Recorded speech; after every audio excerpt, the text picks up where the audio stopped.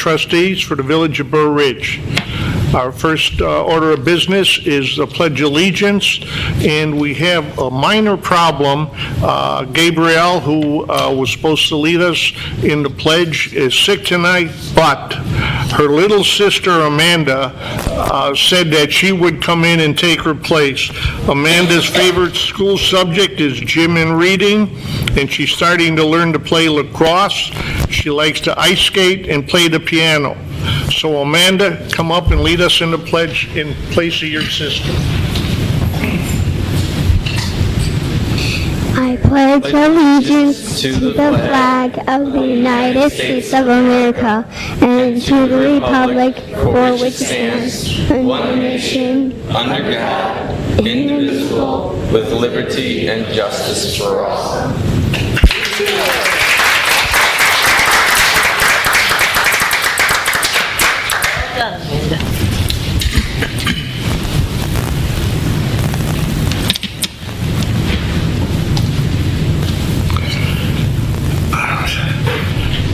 Roll call.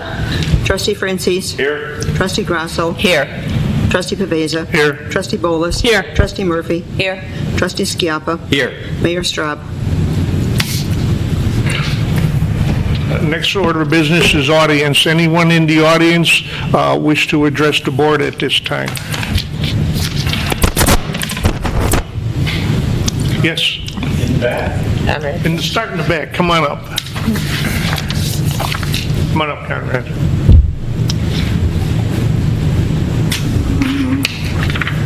Conrad Fielkowski, 110 Waterside Place.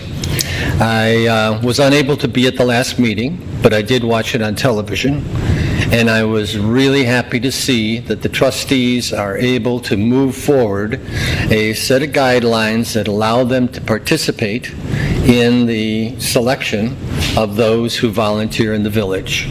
And I hope that move is an indication of more inclusion to come. Many of us in this room have campaigned for trustees and gone door to door and sought their election because we believe they have something to contribute. And the opportunity for them to contribute, I think, is now going to be made solid enough so that we can be sure it happens. Thank you. Thank you. Yes, Dolores.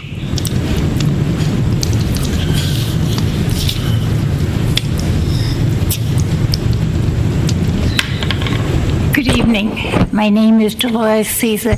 I'm a former trustee now living in Burr Ridge. I don't know if you've been following the Illinois Metropolitan Investment Fund or not, but the 5 hotels were sold at auction, and they expect that about 50% of what a taxing district invested will come back. Now, Hinsdale Township High School, I know that this doesn't pertain to the village. I just want the DuPage County residents to know that Hinsdale expects to get 50% back, but they have $1 million invested, which means they're losing $500,000. Now, I don't know how closely you've been following the water meter issue.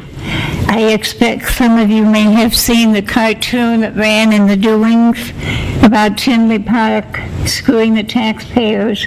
I think also that could be said about Burr Ridge.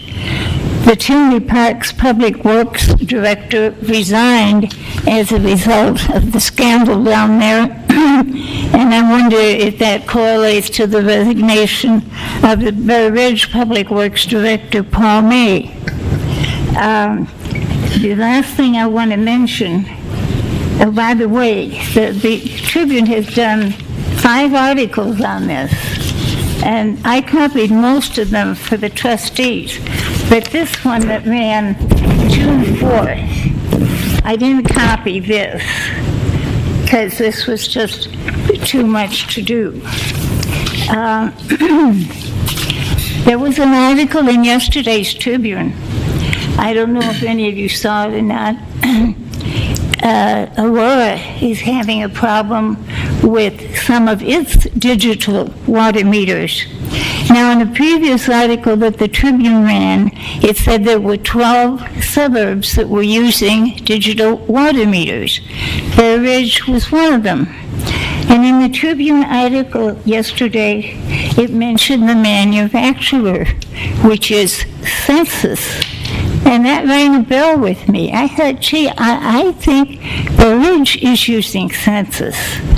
So I looked up the minutes of some of the water committee meetings, and the village is using Census. Now, I think that these electronic meters are not really what they're cracked up to be. It's true that the mechanical meters, the parts wear out over time, but these meters, the digital meters, are causing quite a bit of trouble. And the Aurora official who spoke, no, not an Aurora official, it was a company official for Census, his comment was that the key danger to electronic meters is that once you get water inside the electronics of these meters, all bets are off. And the problem, as I mentioned before, is called spinning. The meter wheel is spinning faster than the water is going through, and that leads to overinflated bills. So I think that the village needs to look at this much more carefully than they have at this point. Thank you. Can I comment on that? Sure can. Wait. Yes, go ahead. Sure can. Bob wanted to comment.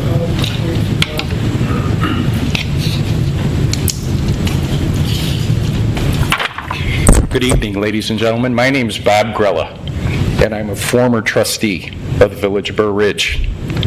I am outraged with the commentary by you, Dolores. You've hit a new low. Paul May is the most ethical, professional, logical, sensitive engineer that I have ever met in my life. To impugn his integrity is outrageous. Outrageous. But please, this is outrageous. I was involved with the selection of Paul when he came before the village board. His credentials, his professionalism, his ethics, his morals, everything is outstanding. And to impugn his integrity with a low-caste statement that you made, Dolores, you've sunk to a new low. Thank you. Thank you. Can I answer her? Because Yes. I'm prepared to. I knew Dolores would be here tonight with her comments regarding water meters, and of course, totally inaccurate, once again. Aurora had a problem with 8 meters out of 9,000 that they purchased, okay? The problems with those 8 meters had to do with the fact that water got into those meters, okay? Why did water get in those meters? Because they were pit meters. And when you put them in a pit, sometimes water will get in there and will cover the meter, and they're supposed to be waterproof, but in these 8 meters in this situation, they weren't. Okay, so it was an isolated situation, and this didn't happen just recently. This happened a while ago, at least a year or two ago. And so why they're reporting this now to make it sensational, I don't understand. Over 3 million Census iPro meters have been sold since it was brought online in early 2010. And they have not had any problems that we were aware of other than this situation, which we've been told by the manufacturer's rep that they have corrected. These meters don't spin, Dolores. You keep talking about spinning. Our iPro meters have a totally different technology than what you're talking about. And so you don't have that problem with these particular meters. These meters meet both ANSI standards and the AWWA standards. They have a 20-year guarantee, a 20-year warranty on these meters. They wouldn't give you a 20-year warranty if they thought these were terrible fly-by-night company with meters that would be defective. I think there's 80 communities in Illinois that use the census meter currently. Yes, 80 Illinois municipalities. So, again, there's no controversy here. There's no scandal here. 80 municipalities are using these meters, Doris, and in one case they found a few that were susceptible to some water damage. This is not an issue in terms of anything that's going on with these water meters. And again, I wish you'd get off this issue, Doris, because you don't have the facts. You don't have the facts about how the meters work.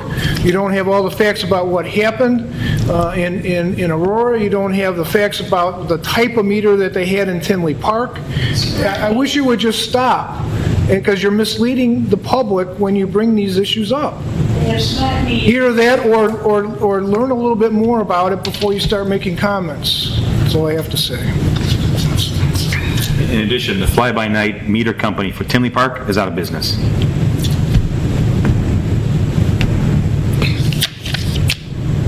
Next item of business is the consent agenda. Pardon? Oh, I'm sorry. Go ahead.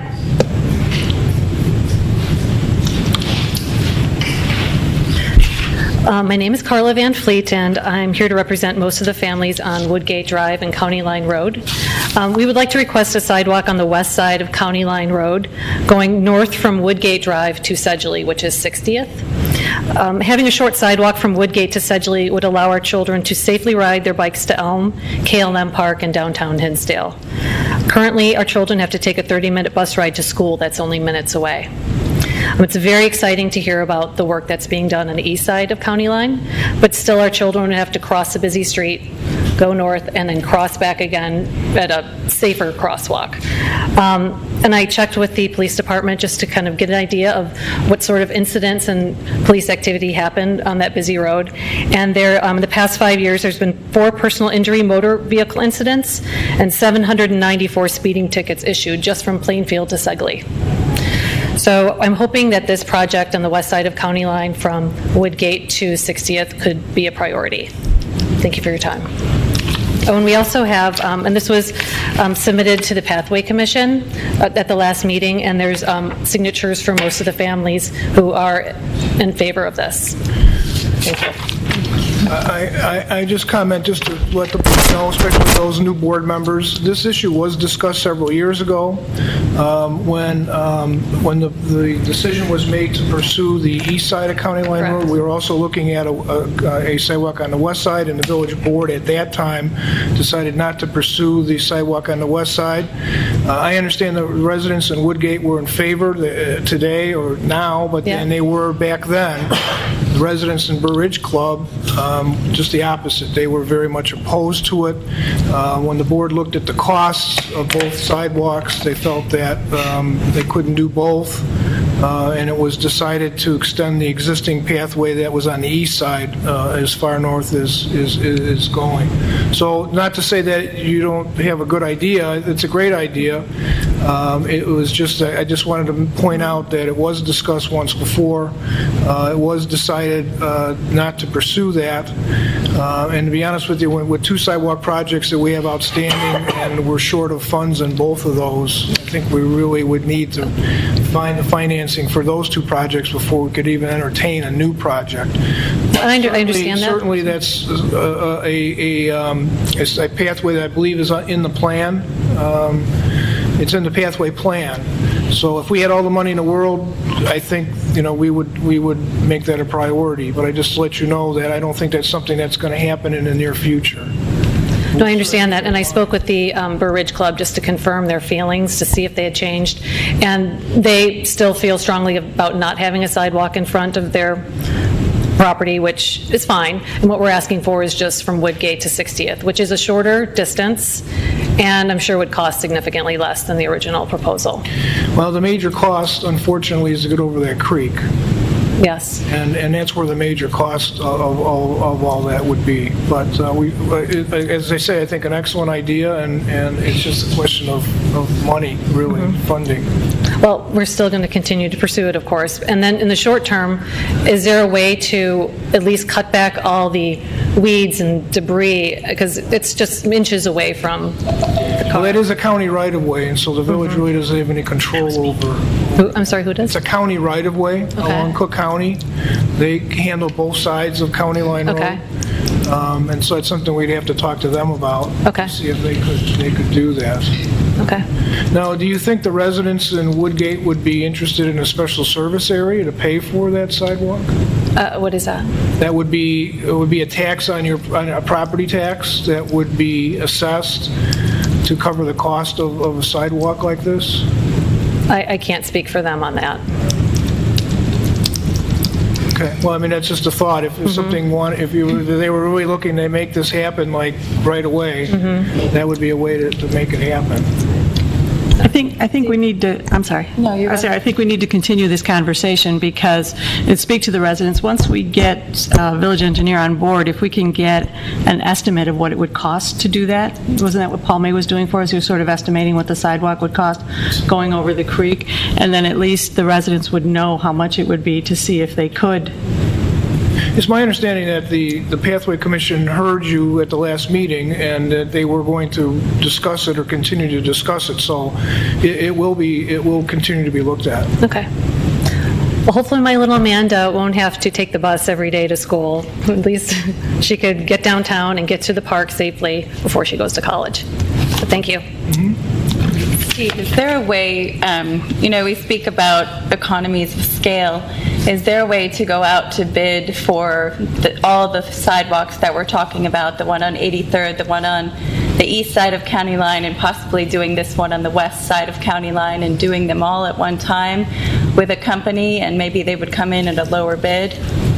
Or possibly going out and trying to get some kind of a grant to do this, because it really is ridiculous that their kids have to walk 30 minutes to a school that's 10 blocks away. Well, like I said, that at the time, several years ago, when the board decided to go on the east side, the decision was made, and that's when we decided to pursue the grant for the east side of County Line Road.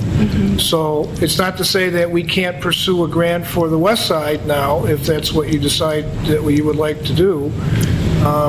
But it's not like it's new and nobody's thought of it. I mean, it has been looked at, but all I'm saying is that, yeah, we could look at it. In terms of would we save substantial dollars if all these projects were done at the same time? I don't believe so.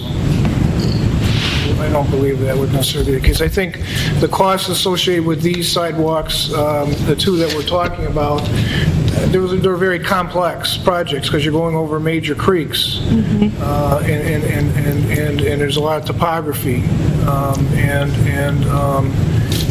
that's where the majority of the cost is. Just to put a sidewalk on a flat piece of land is not an issue. There's just so much topography there, and as I say, getting over that creek is where the major expense is. There's a round of grants in August, right? When does the next round? What's the timing for grants? So every year in August. Every year in August. Yeah, so this would be another year away. But in the meantime, we can get some estimates. Well, the new engineer, certainly we could ask him to take a look at it and pull out the old information that we had. We had estimates back then. And yeah, that was a long time ago. Present that to the Pathway Committee, and they'll take a look at it. I was reading about the village of Schaumburg. Somebody told me that in that village it's very important for them to have pathways and also bicycle paths. And when I read about it, they said that they received funding from a place called the Active Transportation Alliance. So I'm wondering if we can't, maybe the Pathway Commission, or maybe we can start a task force or something like that, where we could try to find funding in some unique or different places that we haven't looked to before, or possibly go to some of the local large businesses and see if they would be willing to try to help us fund this. I think our top priority really should be the health and well-being and safety of our families. Thank you. You should give the pathway that information, and they can further, they have a meeting in September, so if you forward that information, they can do some research and talk about it. It's a great idea. Great, thank you. Yeah, the staff will look into that. Thank you. Anyone else? Okay, next business is the consent agenda. All items listed with an asterisk are considered routine by the village board and will be enacted in one motion. There will be no separate discussion of these items unless a board member or citizen so requests, in which event the item will be removed from the consent agenda. 5 minutes. A, approval of regular board meeting of July 13, 2015. B, receive and file draft pathway commission meeting of July 9, 2015. C, receive and file draft Public Works Director, Village Engineer, initial interviews of July 15, 2015. D, receive and file draft Public Works Director, Village Engineer, continued initial interviews of July 16, 2015. E, receive and file draft Plan Commission meeting of July 20th, 2015. 6, ordinances. Approval of ordinance providing for recapture of costs incurred for Crelina and Pizzuto Vine Street water main extension.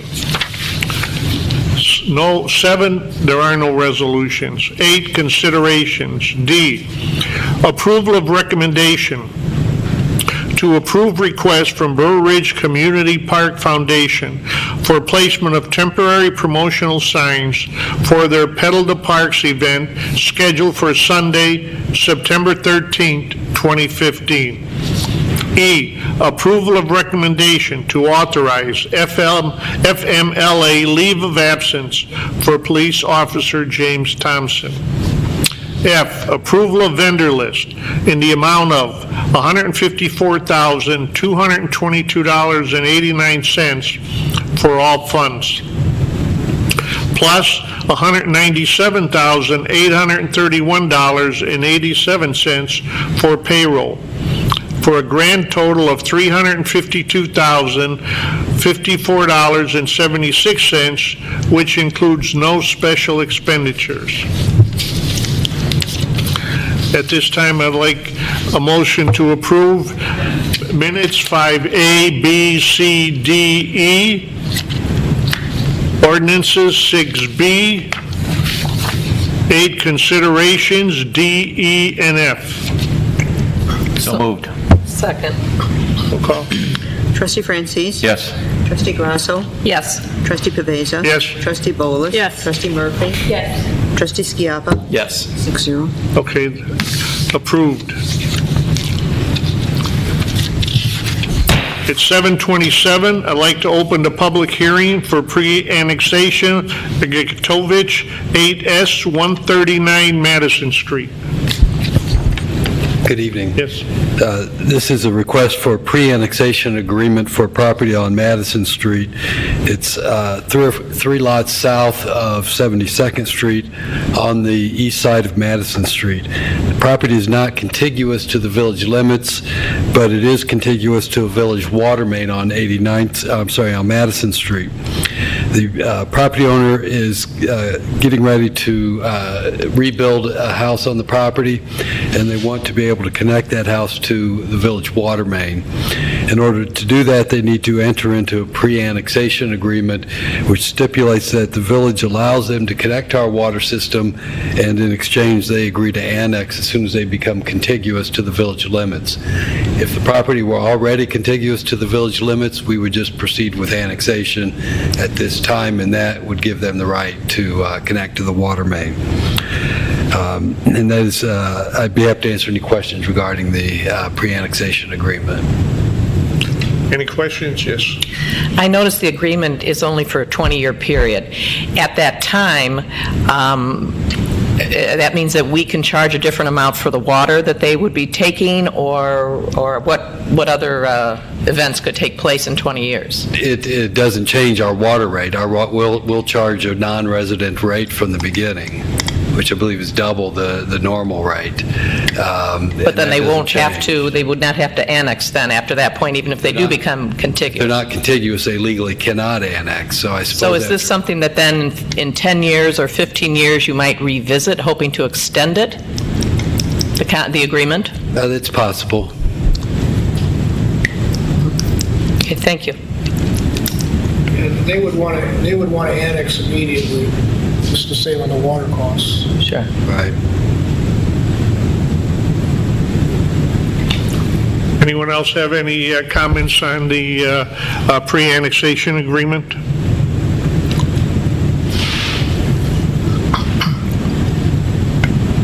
Okay. At this time, I'll close the public hearing then. Need a motion to close. Need a motion to close. Right. Need a motion to close. Oh, excuse me. I'll I guess make I need a a motion. motion. I can't do it myself. Okay. I'll make a motion to close the public hearing. Second. There's a motion made and second to close the public hearing.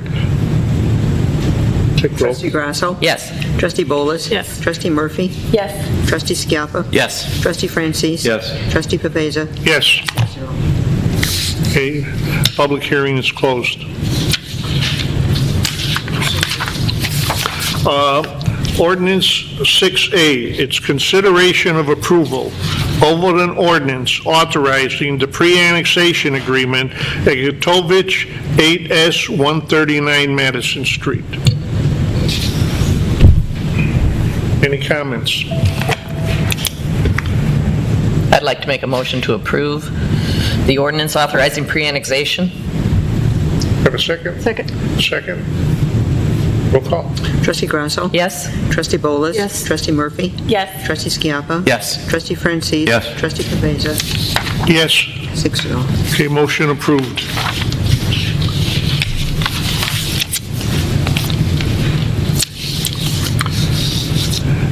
Eight, consideration of Plan Commission recommendation to approve amendment to provide amendment to the Village Center Planned Unit Development, Ordinance A 834-1005, to provide for changes to the common areas, including the Village Green and adjacent traffic circle, landscaping and seating areas, and entryway signs, Z 08-2015, 400 to 800 Village Center Drive, Trademark Properties. Thank you. The Plan Commission is recommending approval of amendments to the Village Center Planned Unit Development. They held a public hearing 1 week ago today, and at the conclusion of that, unanimously recommend approval of the PUD amendments being requested by the petitioner. The petitioner is present, and they can answer questions or comment on the intent of the changes, what they're hoping to try to achieve with those changes.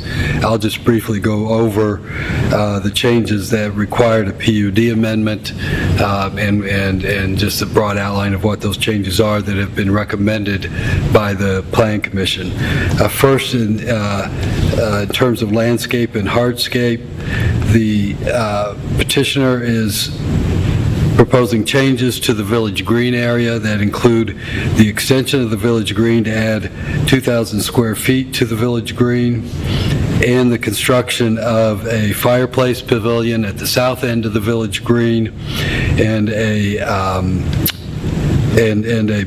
permanent band shell at the north end of the Village Green that would serve the function of the temporary band shell that is there, but also provide a soft seating area other days of the year, and can be used then 365 days a year rather than the current use just for Friday night concerts in the summertime. Part of that. Part of those changes to the Village Green include elimination of the traffic circle. The petitioner reported to the Plan Commission that their primary objective these changes, or the base element of these changes is to the elimination of the traffic circle, which they believe is a hindrance to retail uses and shopping on the north end of the village center. So they are proposing to eliminate the traffic circle, extend the village green into that area, and make that intersection a more traditional intersection where you can't turn around, but rather you either have to turn right or continue forward when approaching from the south.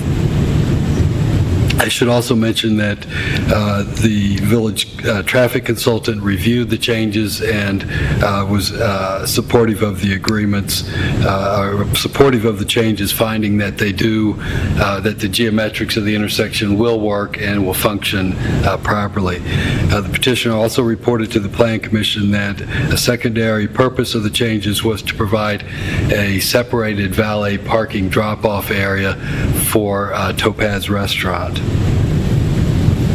There are also changes to the seating and the planters throughout the village center. The addition of seating and planters, that is not subject to a PUD amendment, but the Plan Commission did briefly review those changes. And finally, the PUD amendments include the addition of signs on Burridge Parkway. The signs include 2 signs at the corner of Lifetime Drive and Burridge Parkway, framing each side of that entryway. The signs would include the addition of tenant names and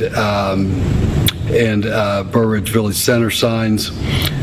One sign is proposed for each of the intersections at Burridge Parkway and McClintock and at Lincolnshire. That's a smaller version sign. And then finally, another sign in between, or medium-sized sign, was presented at the corner of Bridewell Drive and Burridge Parkway. The Plan Commission did not object, and in fact recommends approval of the addition of signs in the locations proposed. Their only concern was the height of the signs that were presented, and they are recommending that the height of the sign be limited to 12 feet in height, consistent with the maximum height permitted by the sign ordinance for freestanding monument signs. I believe that covers the Plan Commission's recommendations. Again, they are recommending approval, with the only change being the limit of the signs to 12 feet. The petitioner is present. Commissioner Grella is also present as the representative of the Plan Commission tonight, and I'd be happy to answer any questions. Any questions? Yes. I was happy to see that the directional signs are going to be reviewed, because I thought it was very distracting, and to tell you the truth, I thought it would be an eyesore with all those directional signs up in that circle, or not a circle. I am curious, and perhaps I missed it in the plan, what's going to happen, or where will you replace the beautiful oak sculpture that's in the circle right now? Before the petitioner answers your question, I just thank you for mentioning the traffic signs at that intersection. That was another aspect of their recommendation, the Plan Commission's recommendation, to review that and do everything possible to reduce the number of traffic signs at that location. I'll let Weston Graves from Trademark Properties answer your question about the sculpture. Thank you. Hello, Weston Graves, Trademark Property. Address is 1701 River Run, Fort Worth, Texas. First of all, thank you very much for hearing us today. We really appreciate all the effort that city and staff and all the elected members, as well as the residents, has put into this. It's been several months process, so a lot of stakeholders involved, and I think everybody's gotten their say, and we've come a long way. To answer your question specifically, we are, in all honesty, still looking for a home for the oak leaf sculpture. There has been, one of the studies that I'm having the design team do is actually to look at using that sculpture at the southern entrance to the center instead of another sign, or maybe incorporate that into a signage element that would comply with the regulations we're proposing. So that's where we're looking today. We had proposed another location at the far north end as well. That was not supported, so we're really still looking for a home at this time. Thank you. I did have one other question, if I may. What you've designed is beautiful. There's no question, and I think it'll be well received. But I'm still hoping that you have a trick up your sleeve to get that retail space occupied. And yes, I'm hoping that this improvement brings retailers, but I'm also hoping that you have other thoughts in mind about how much you're going to charge for rent or other concessions to bring people in. I mean, I know you weren't involved, of course, before in 2008 when everything fell through, and I know it's been a long path to recovery, but we've got new eyes on it now, and can you tell me that you do have something else to consider? What I can tell you is that the physical improvements to the property are not the only aspect of what we're bringing to the table, for lack of a better term. When ownership hired Trademark, we analyzed the property. We frankly will not take a third-party engagement. And if we don't think we can make a change, our reputation is kind of on the line, and that means a lot to us. So we have a full leasing team behind the third-party leasing team that's been on the property so far that strategize as far as the type of tenants to go after, what tenants are going to be the most beneficial long-term and in the short term. So some of our strategies with regards to leasing are changing from what they have in the past, and that has been successful so far as engaging new tenants that may be interested. Do you have a self-imposed deadline or anything like that? I wouldn't call it a self-imposed deadline. I would say that ownership is investing a lot of money in both the physical changes as well as some of the lease parameters that they're willing to make with regards to new tenants, and so they want to see a return on that investment sooner than later, and that's our responsibility to bring that to them. So thank you. I have a question. Weston, how much is the project costing to redo? The budget that we're working with, total hard and soft cost, is around $2 million. So it's significant. Yes. So I do hope you look at those leasing costs and make them favorable. And you had said at the Plan Commission that you're looking at more regional tenants rather than the national tenants. That was the original thought for the mall? Yes, we are. We're looking for a lot of regional tenants as well as different use types, both service uses as well as retailers, restaurants, obviously. All the restaurants there are successful. They're our most successful type of tenants, so we're continuing to push on that and making some significant headway. On the north end, I mentioned in Planning Commission that the residents had indicated a willingness to allow restaurants into areas that by the REA agreement are not allowed today, so that was very encouraging, and if we find the right type of use for that will kind of open a door that we didn't have before. But I guess in summary, yes, we're looking at more regional tenants as well. I have a question for the pavilion. Is there a stage there? The intent is for accessibility reasons. We thought about making it a permanent raised platform so that you wouldn't have to put a temporary stage in there, but from an accessibility standpoint, that causes the need for a lot of ramps in addition to stairs. So we felt like overall the usability of it, that it would be better to still bring in the temporary platform that's currently used today in the temporary pavilion and install that for concert season, and then it would be stored away. And when it went back to just a soft seating area or community pavilion, it would be at grade so that it would meet all the accessibility requirements. And what is the time frame for completion of construction of? Our goal is to complete what I would refer to as the horizontal construction, basically the redo of the circle to eliminate the traffic circle by the beginning to mid-November at the latest. We are on a very tight timeline in order to hit that schedule. and we want to hit that schedule for two reasons. One, it becomes very difficult to, asphalt plants frankly close down here about mid-November. And then in addition to that, we don't want to impact the holiday sales that we have. So we've had to, while originally a year ago we would have said we were trying to attempt to complete the project in its entirety by November 1st. The process has taken a while to get through design, so we're going to complete that horizontal construction and then come back in the spring and complete all the vertical elements, the new landscaping, new pots, new seating, that sort of thing. And I would anticipate that all be done by the end of March to mid-April.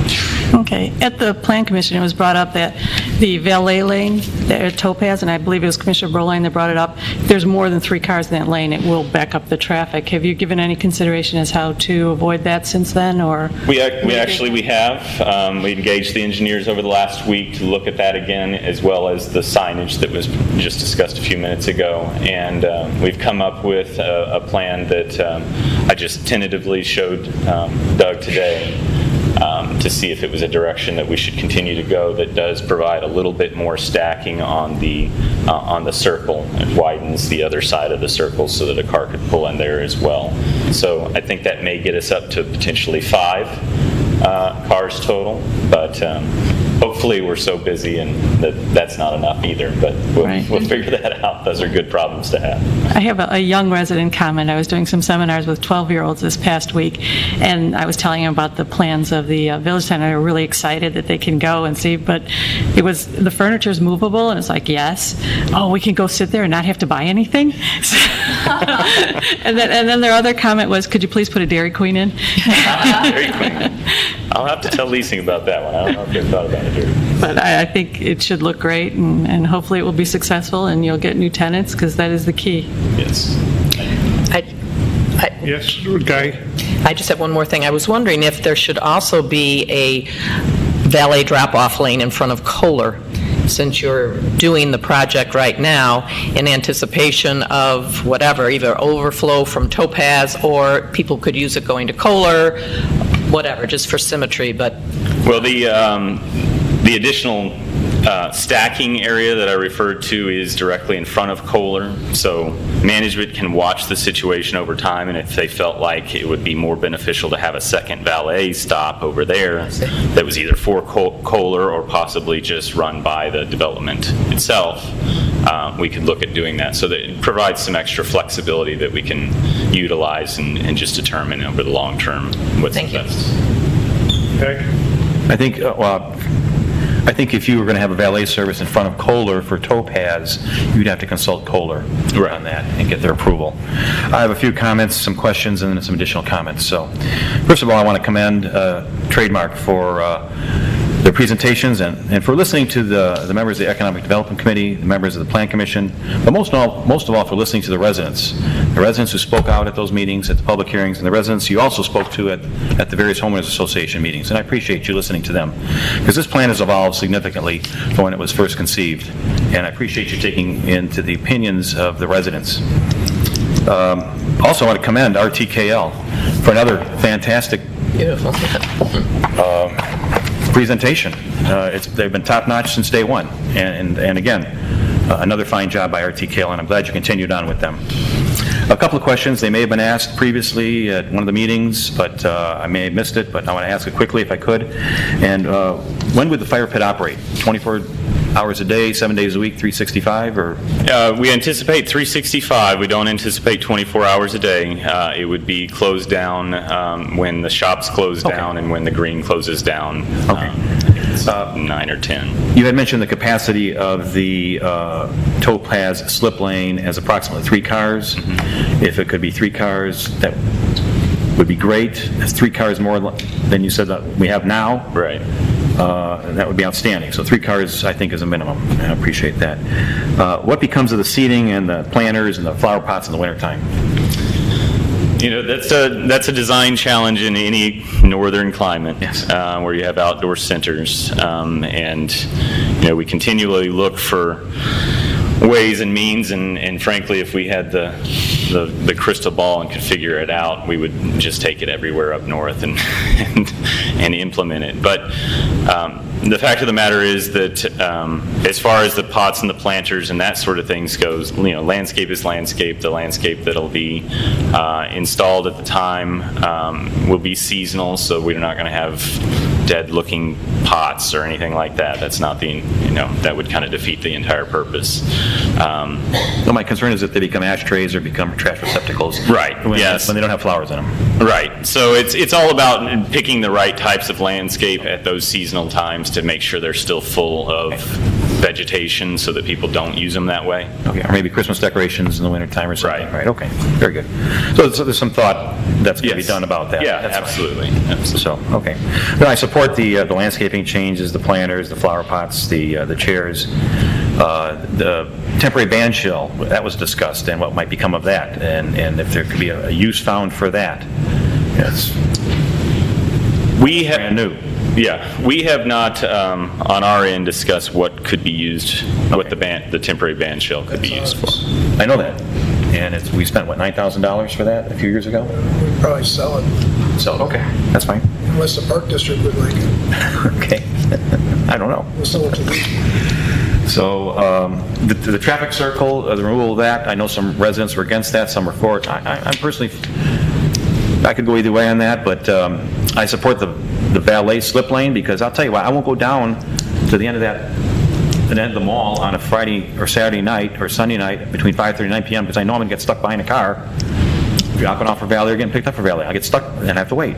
And so I just don't go down there. And maybe other customers don't go down there because of that as well. This will be a vast improvement, I think, to that traffic flow in the village center, is that slip lane. So, 18 signs. I support the revised signs that you proposed. I appreciate you listening to the Plan Commission and reducing the height to 12 feet. So here's the code. But 18 signs in that traffic circle, that's what I counted. I think that's way too many. You need to reduce that at least by half. Otherwise, it's going to be confusing. So, and you know that. So, I'm not a lifestyle center expert by any means. You guys are the experts. I trust your judgment in making these recommendations. It's a huge investment on the owner's part, and they're trusting your judgment as well and your recommendations. But I'll tell you, I've learned a lot about lifestyle centers since 2004 or 5 when the previous owner came before us and proposed this originally, and myself and Commissioner Grella, who was chairman of the Plan Commission at the time, listened to those public hearings and listened to the presentations, listened to the residents, and it's evolved significantly since then into a great lifestyle center, and these will further enhance the lifestyle center and hopefully make it 100% rented and no vacancies and 100% successful for the owners, occupants, and tenants, and also the village. So appreciate it. Thank you. Thank you. Any other? I have one more thing. In the Economic Development Council, we made some suggestions for stores, and I also saw that on your Facebook page you kind of reached out to residents asking for suggestions. So I was hoping that you would look at that. And then the other thing is a suggestion just on marketing. I liked the Facebook page for the Village Center, but rarely does it ever come through my news feed about events that you guys have. And if you, maybe your marketing team would just go in and hit boost post and spend a couple bucks advertising a little bit more, I think you would get a lot more traffic.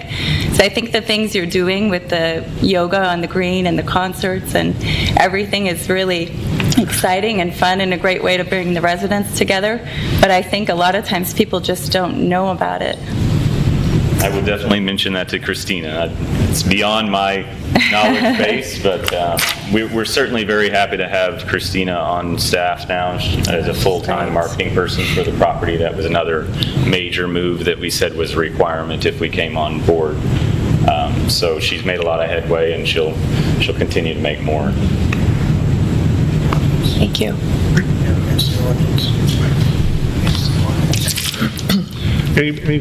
Any other questions? Anyone in the audience have a question? Yes. I could say I love the Village Center now, and I'm looking forward to the changes. And I talked to a couple of residents on Friday at the concert, and I think they're all excited about it. So I wish you the best, and I hope this change brings more people and more businesses, and makes it even more of a vibrant life center. Thank you.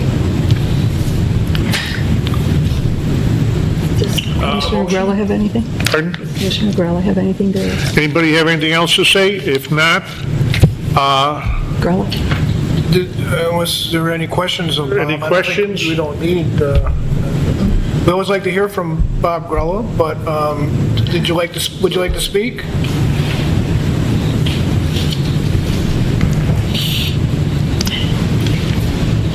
Plan Commission was appreciative of the petitioner's presentation. I thought it was top-notch. My colleagues thought it was top-notch. The presenter, Mr. Weston, was excellent in his responses, his composure, and giving us the information that we needed in order to make a recommendation.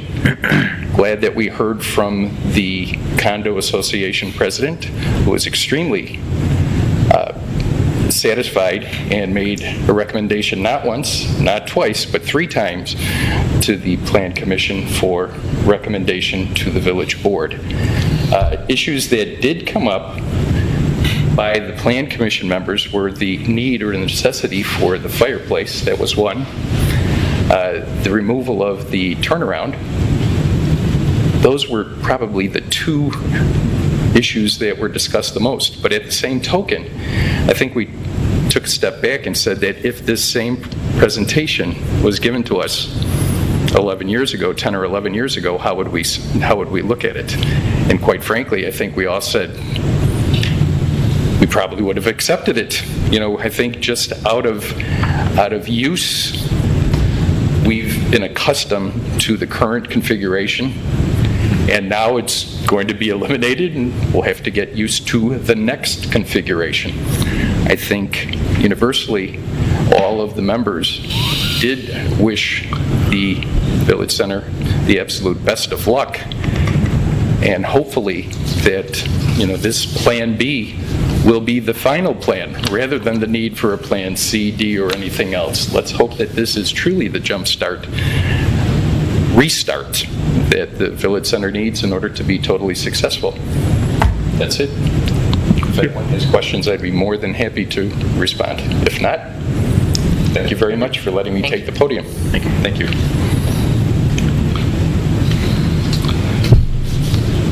Okay, at this time, I'd like a motion to approve Plan Commission's recommendation to approve amendment to the Village Center Planned Unit Development. Ordinance to provide for changes to the common areas, including the village green and adjacent traffic circle, landscaping and seating areas, and entryway signs. 400-800 Village Center Drive, Trademark Properties. I'll make the motion to accept the Plan Commission's recommendation to accept the improvements recommended by Trademark, according to their plans and specifications that they've submitted. And direct staff to prepare the ordinance. And direct staff to prepare the ordinance. Thank you.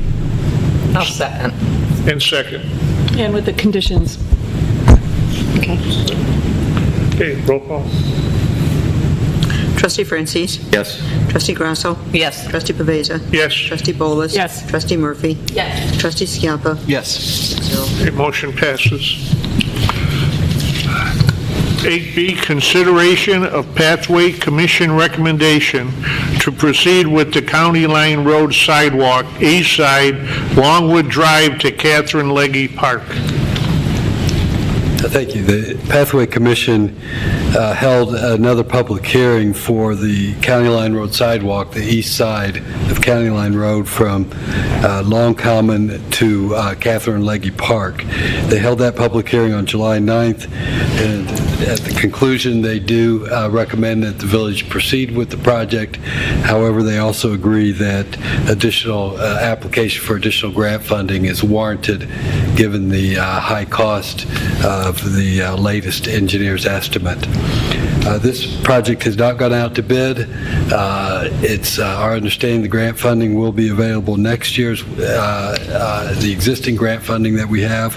However, there is a grant cycle that is due in August of this year, and our engineering consultant has said they can reapply for additional grant funding, and they will not charge the village since they're the engineer of record for submittal of that application. We would know the results of that by November of this year, typically, and then we could factor that into a final decision in the next year's budget as to how to proceed with this project. So, as noted, we've already directed the consulting engineer to proceed with that grant application since it was at no additional cost to the village. And I'd be happy to answer any questions. I don't believe any additional action is required of the board other than to concur with the staff's direction to the consulting engineer to proceed with the grant application. Yeah, I have a motion, just for the record, just so we have it, at least to ratify the decision to move forward to get additional grant funding. Okay, before we do that, as Paula mentioned earlier, and Doug, you might want to allude to this, we had at one time looked at doing the east and the west side at the same time, and it was recommended that we do them separately because we wouldn't get funding for both. Is it smart to put them together again? I'm not sure. Unless Steve knows more about these grants than I do. Yeah, I think there's only a week to go before we have to submit the application. And of course, all the facts are in place, for the east side. We don't have any updated information, any updated estimates. There's traffic counts, and there's a whole bunch of other things that you need. Obviously, we're all right across the street with the other one, but I really think it's too late to pursue the west side at this point in time. I think it needs a lot more study again before we can move forward on that. How old is our information that we have on it? How old is the information that we have? 5 years. 4 or 5 years, I think. And that wouldn't be sufficient just to add it in there? No. Again, it's just there's a lot to the application process, and again, in a week's time, I just don't think there's any way that that's going to be able to be done. I mean, as it is, these guys are really hustling to get this going for both projects. And they ask them to start, with a brand new project with a week to go. I mean, it's just not going to work. I just thought maybe if we put them together, the granting people would take a closer look at it and say this is a bigger project. Well, I think it would be just the opposite. They'd say you got a sidewalk on one side of the street, you might lose points if you put them together at the same time. Again, because that it's either one or the other, or is it ever like we can put in for both sidewalks and they say, okay, rather than giving you $1 million or $1.5 million? I'm not trying to be argumentative. I'm just trying to be factual. I'm not saying this is not a great idea. I'm just saying with a week to go, there's just not the ability to be able to make all this happen. There's a lot of hoops you have to jump through. There's a lot of information. There's formulas that are utilized, and I'm not an engineer, so I don't really understand all the details of how they go about making these decisions, but it's congestion mitigation, and if you're coming just, the few homes out of one subdivision that we have in Woodgate to cross the road, and there's not a lot of traffic mitigation, I guess is what I'm saying. If the sidewalk was longer and you had more residents, that would add to the formula to determine that, people instead of driving would be walking. And again, remember, we're competing with all kinds of other projects throughout the county.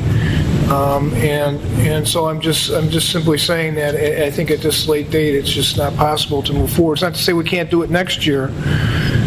But right now, I think we should concentrate on the issues at hand. And again, there's no guarantee that we're even going to get additional funding for these two projects, right, let alone a third brand new project, which is shorter. Right. And again, it's shorter, but it's still going to be as expensive because, again, you got to get over that creek. And that's problematic.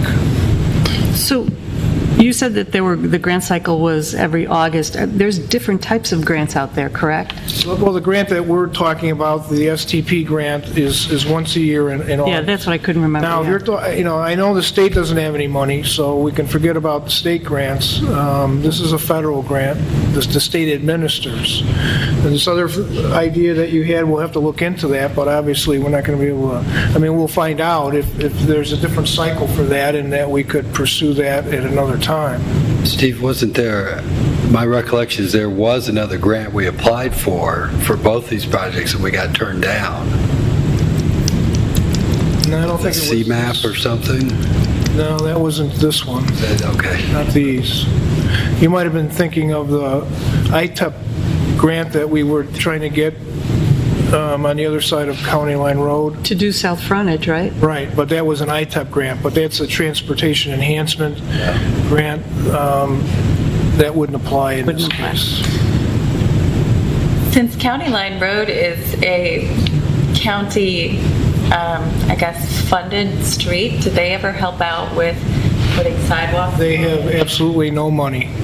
All the sidewalks that you see on County Line Road were all done by the village through grants and so forth, but they absolutely make sure that they are not responsible to maintain them, that they're all on the village's dime, and they have absolutely, they're broke.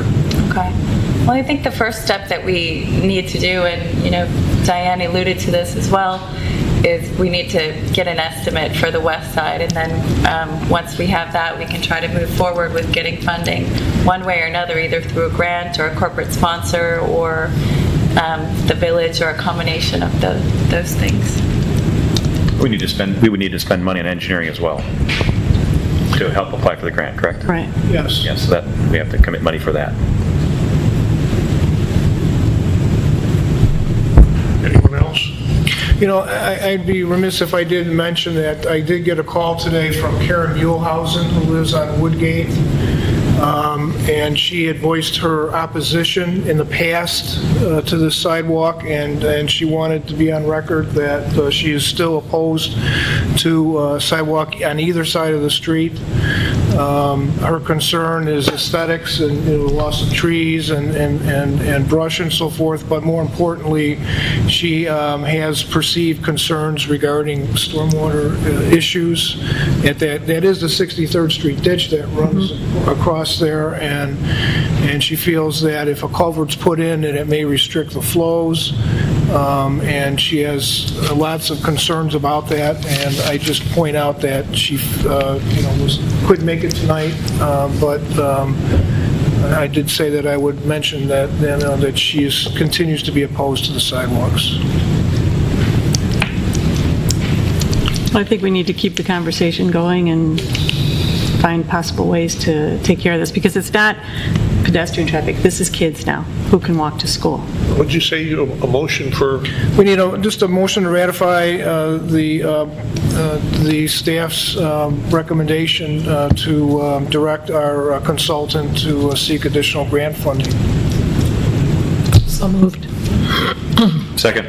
There's a motion and second. Let's take roll. Trustee Grasso? Yes. Trustee Francis? Yes. Trustee Paveza? Yes. Trustee Bolus? Yes. Trustee Murphy? Yes. Trustee Schiappa? Yes. 6-0. Motion passes. C, discussion regarding German Church Road sidewalk project.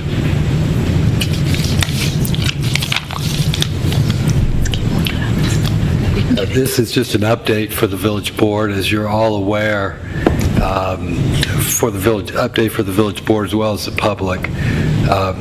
As the board is aware, last Wednesday we got a call and an email from IDOT saying that they had released the low bidder from their commitment on this project. This again is the German Church Road sidewalk between Bridewell subdivision, Greystone Court, and County Line Road on the north side of the street. We had the board had accepted the low bid back in June, and the project was scheduled to move forward this year, beginning in September. And then, as I said, we got a got the call from IDOT saying that the low bid was rejected. The low bid was for $580,000, which significantly increased the village's share of the cost. And the board at that time had, I think reluctantly, but nonetheless unanimously agreed to go forward, even though the project was way over budget. Now the project is more than double the amount over budget that we previously thought it was, because the second lowest bid was for over $800,000. The board agreed to reject those bids, that second low bid, which we had to do last week. If we did nothing, the bids would have been rejected anyway. So the board directed staff to reject the second low bid, to request that IDOT rebid the project in their August-September bid letting, and in the meantime that the village seek additional grant funding. Our consulting engineer, Burns & McDonnell, will do another grant application for this project at no additional cost to the village, since they are the consulting engineer for the village on this project. They will submit that in August, and we would hope to have some indication by September, October, November at the latest as to whether we would receive additional grant funding. We would also then have new prices, and under the best case scenario, we would hope that we get both. We get a lower price or the same price, we get additional grant funding, and then the board can then decide to proceed with the project or not proceed, but that would be another decision by the board, and hopefully the project would happen in the spring. And I should point out that that would be preliminary approval for the grant, because the grants don't get finally approved until November meeting of the DuPage Mayors and Managers board meeting. But there's some preliminary estimates, or at least recommendations that are coming from the committee that normally aren't changed. And so we would hope that by mid-September, early October, that we would know where we're at in terms of additional funding. And then we could react to the bids that come in. We could always reject those bids and submit it again in the spring and see if that has any impact on the bids. What was the main reason they released the low bidder? We didn't get any details. All we were told was that there were major errors in their bid. Well, ain't that their fault? Yes. I mean, they bid the job out. We gave them detailed explanation. They got the job, and now all of a sudden, they take another look at it and they said, well, we're not going to make the money we want. We want to get released. I think I would put pressure on Cook County to find out why they released that low bidder. It's the state of Illinois. Or state of Illinois. And these are their bureaucratic procedures, and it's decision's done. There's no way to go back now. IDOT should have held their feet to the fire. It's not right. I'm sorry? IDOT should have held their feet to the fire. Well, there could have been other technicalities in terms of bonds and other things, and the fact is that if you're the low bidder, you're the winner, and they're taking their win away from them.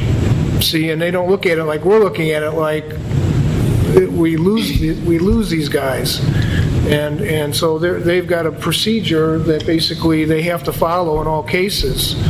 And in this case, we're looking at it as a loss, but they look at it as, they're looking at it as if this low bidder lost the bid and now and they lost out.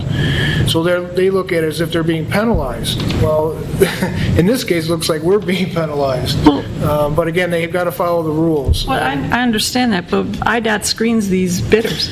And you can't just go in and bid for these projects.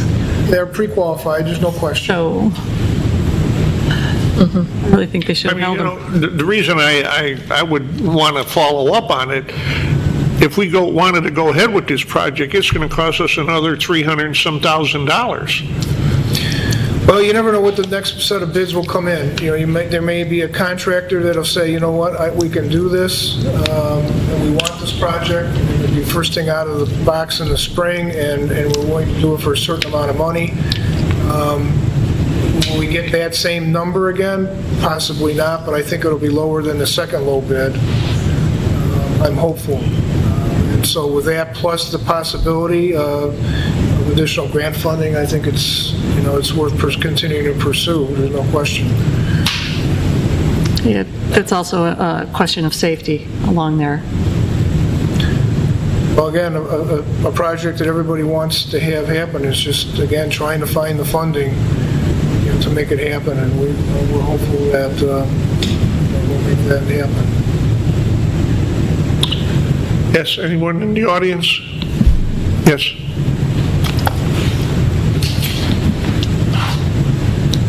Yeah, it's Zed Francis, the president of Bridle Path off at German Church Road. I was obviously disappointed when I got the call from Doug, but it's totally logical. I mean, having the low bid disappear and having the next at 300, I think the village had no choice but to reject the bids and restart the process. It's unfortunate. We've been working on this since 2009, so I'm empathetic with the other sidewalk project because it is a public safety issue, but it's a difficult terrain. There's no two ways about that, and I have no idea what the legal part of IDOT releasing, but I think that's one of the beauties of the curses of public sector. They list all the bids, so the low bidder knew he was $300,000 less, where in the private sector, you don't know what the cover bid was. So it's just the way it works. So but again, I'm not a construction expert. We appreciate the village going forward, and the only question I would have to the village staff and the board as we go through the process to apply for grant money and see where the bids might come out. I think that's a prudent course of action. The only other question, given that we have consulting engineers already on this project, if there was any way, while we go forward on Plan A, so we've got to submit next week, is there a way to see, it would cost us some money presumably, is there any other value engineering that might take place that while we go with Plan A to submit and ask for the grant money, that we might be able to find a way to take costs out of the project? Is there a different way to get over the creek that could save money? And I have no idea. I'm sure it's been worked on, but that would be the only question, whether, maybe not now, see where this goes, but at least would open up the question, if we're not successful either in the bid or the grant and the cost is prohibitive, but we still want to try to find a way to accommodate the safety, would there be any willingness on the part of the village to explore, by spending some engineering money, is there a less expensive way to go than the plan that's already been designed? And again, I'm not an engineer, so I have no preconceived notion. Yeah, to answer your question, I know that Paul May worked with our consultant before he left and attempted to do that, and I think they did take some things out of the plan in anticipation that these costs were going to exceed what our original estimates were going to be.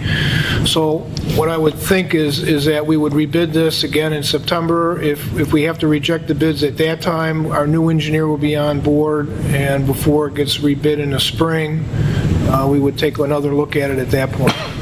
Okay. Thank you. Anyone else?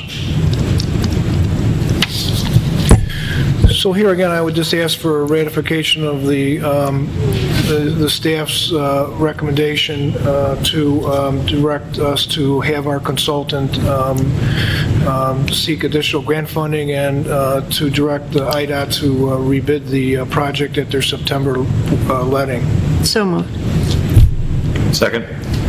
Motion is second. Roll call. Trustee Bolis? Yes. Trustee Francis? Yes. Trustee Grasso? Yes. Trustee Paveza? Yes. Trustee Murphy? Yes. Trustee Schiappa? Yes. Motion passed. 8G, other considerations for announcement, deliberation, and/or discussion only. No official action will be taken. Anyone?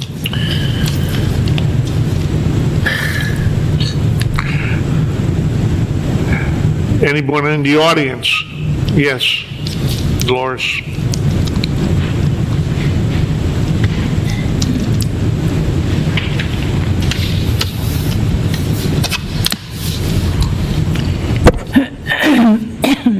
Dolores Caesar. First of all, I want to clarify, I did not say what Mr. Grella thought I said. I was not impugning Mr. May. I think Mr. May was pushed out. I want to talk a minute about the improvements to the village green. You know, we were in business over 40 years in Hinsdale, and I think that the village green has a number of problems. One of the problems is that it's very difficult to find. And it's hard to find because when this proposal first came up, the village board under Joe Irwin would not permit any development along County Line Road. County Line Road was sacrosanct. Now we have a used car lot. We have lots of banks in this town, but there's no gas station. Yeah, there is. There's no hardware store. Western Springs has an independent hardware store for over 60 years. There's no drugstore. This village is lacking in services. There is no barber. There is no tailor. There is no shoe repair shop. I don't see how spending all of this money to reimagine this village center is going to help the bottom line. It will still be an upscale mini mall. It will not be a downtown. It doesn't provide essential services. Thank you.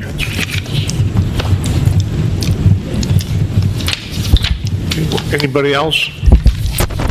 Dolores, you constantly come up here with ideas and comments and basically negative comments, and the people, times have changed, attitudes have changed, and when you can call Luxury Imports a used car lot, I'll take one of their used cars anytime. So and people and attitudes change, and you've been off the board for quite a few years, and we've got younger people coming on the board, and their attitudes and ideas change, and I think the village has got to go along with changes. Things change. What somebody thought 15 years ago isn't necessarily the modus operandi of now, and I think we have to consider that. Reports and communication from village officials. I wanted to mention a few things. I know we're pressed for time, but I just want to tell you that we're extremely unhappy with our landscaping company. Oh, good. Remember, we hired them. They were a low bid. The second bid was much higher than the low bid. We really were trying to see if we could get them to do the job. They're not doing a very good job. We've been pushing and pushing. And Gary Gatlin is spending a lot of time chasing after them. I can tell you that we're trying to limp through the rest of this year, and we will, just to let you know, we will rebid that project. Remember, it was a 3-year contract, but we can get out of it, and I will be rebidding that contract for next year. Secondly, a couple of things that have happened down in Springfield. A law was passed for the consolidation of emergency telephone system boards. It requires all ETSBs with a population of less than 25,000 to consolidate with another or larger ETSB, telephone system board. Remember, we have our own telephone system board. We're the one of 3 in DuPage County that has their own board. So we're now going to be forced to consolidate. We basically have 2 choices, Southwest Central or DuPage County. The ETSB will be meeting next week, and we'll be making a recommendation to them, and you'll be seeing that recommendation. So I just want to let you know that that's a major issue, a major concern. I did send letters opposing that, and unfortunately, this is a statewide issue of trying to save money and consolidate, and that really has impacted the village of Burr Ridge negatively. But as I say, the ETSB will be presented with a full explanation, and a recommendation will be forthcoming from them in the near future. The second state law issue, not as major, but the board, or the state legislature has reinstituted happy hours. Our current ordinance prohibits happy hours, but we're being preempted, so you'll be seeing an ordinance in the near future that will mirror the state law. There are certain regulations. It's not carte blanche like it used to be years ago. And so we'll just have to go from no happy hours to the regulations that the state imposes, and so you'll be seeing that coming forward. So I just want to let you know that. Anyone else? Have a motion to adjourn? So moved. Second. All in favor? Aye. Aye. Meeting adjourned.